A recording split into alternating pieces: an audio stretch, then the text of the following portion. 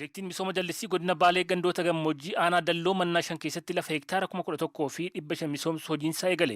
Pirojektiin kun baay'ata Koomishinii Misooma Jallisii Federaalaa Birrii Biliyoona 2 fi miliyoona 800 kan hojjetamu yoo ta'u, dhaabbata Ijaarsaa waliigalaa Alamaayyoo Katamaa fi Intarpiraayizii Ijaarsa hojiiwwan bishaanii Oromiyaatu hojjetaa jiru. Hidhi jallisii laga walmal irratti hojjetamu kun waggaa 3 qabameef keessatti xumuruufis tumsa hawaasa naannichaa haamlee ta'uu fi dubbatu dhaabbileen ijaaraa jiran. Daandiiwwan adda addaa of keessaa qaba. Manneen gara pirojektii maaneejmentii seentar kan ta'an manneen hedduu kan hojjetaman kan bakka leenjii qotee bulaatiif ta'u, lammaffaa immoo sirni jallisii keessatti hojjetamu istiraakcharoonni adda addaa hedduminaan ni jiru jechuudha. Nuti qophii gahaa taasisaa jirra.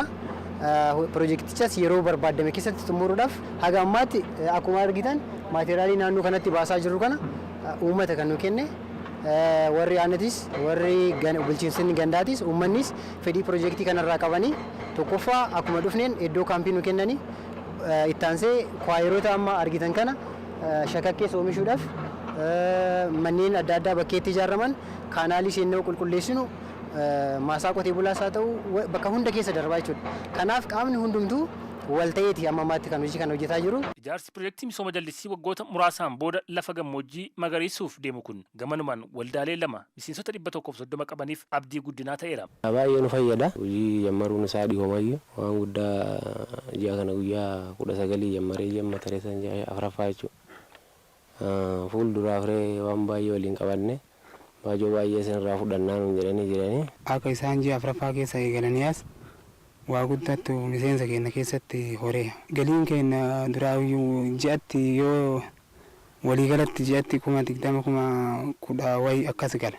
Amma immoo akka isaan dhufanii wannaa waliin gaan gara 70,000 wayi 60 wayiitu nu ol siqee jira. Jiraattonni jallisiin kun ba'aa fi jirus. Roobni yeroo gadi waan ji'a tokko fa'aa akkas roobuuf caamii waan baay'atuuf callaa gahaa argachuu hin dandeenye. Carraa armaan dura midhaan facaafannee yeroo misilaa isaan nu gahan caama roobatti hin dhabnu san jallisiin kun immoo baay'ammootinuu fakkeenyaaf hamilee waan itti qabnuuf wanta fakkeenyaaf asirratti facaafamu maraanuu fakkeenyaaf facaafachuu fi gammachuu baay'ee qaba. Naannoo kanatti ammootinuu bahaa jiru kana argitee guddaa gammachuu guddaa irraa qabna. Yeroo gabaabina keessatti akka nu carrifamee fakkeenyaaf misooma hawwii qabnu kan akka galmaan gaanu carraa kiyyaan gara dabarsuu barbaada.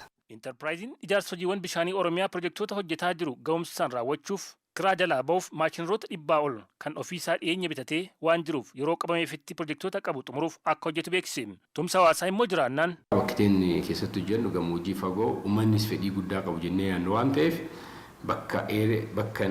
bakka nuti jennutti yoo deeggarsi guddaan jiraate nuti sa'aatii 16-24 ol guddisaniitti hojii hojjetanii keessaa bahuudhaaf maashinarii kanaaf barbaachisu garii bittaadhaan garii ammoo kiraadhaan guunneetti kan itti deemaa waan ta'eef yeroo jedhame keessatti hojjennee keessaa bahuuf hojjetaa jiraniiti gara keenya. Naannoo Oromiyaa keessatti pirojektoonni jallisii 205 baay'ata mootummaa naannoo fi federaalaa birrii biliyoona 15 hojjetamaa akka jiran biiroon qonnaa fi qabeenya uumamaa Oromiyaa kan beeksise. Barana baay'ata mootummaa federaalaan hojiilee gurguddoon gama kanaan naannicha keessatti eegalamuu hoogganaa ittaanaan biirichaa fi itti gaafatamaan damee jallisii fi bu'uuraalee qonnaa obbo Eeliyaas Abdii kan himan. Ministeerri bishaanii haala bal'aa ta'e keessattuu pirojektoota 3 haaree barana toora biliyoona waliigala isaanii baajata guddaa akka qabu toora biliyoona 11tiin federaalli hojii nu hojjechaa jira. As keessatti gaanamuu gahee isaa kuni kan federaalaati, kuni kan naannooti, kun guddinaati jedhamee deemamuu dhiifnee gahee keenya bahuu qabnaadha namuuti.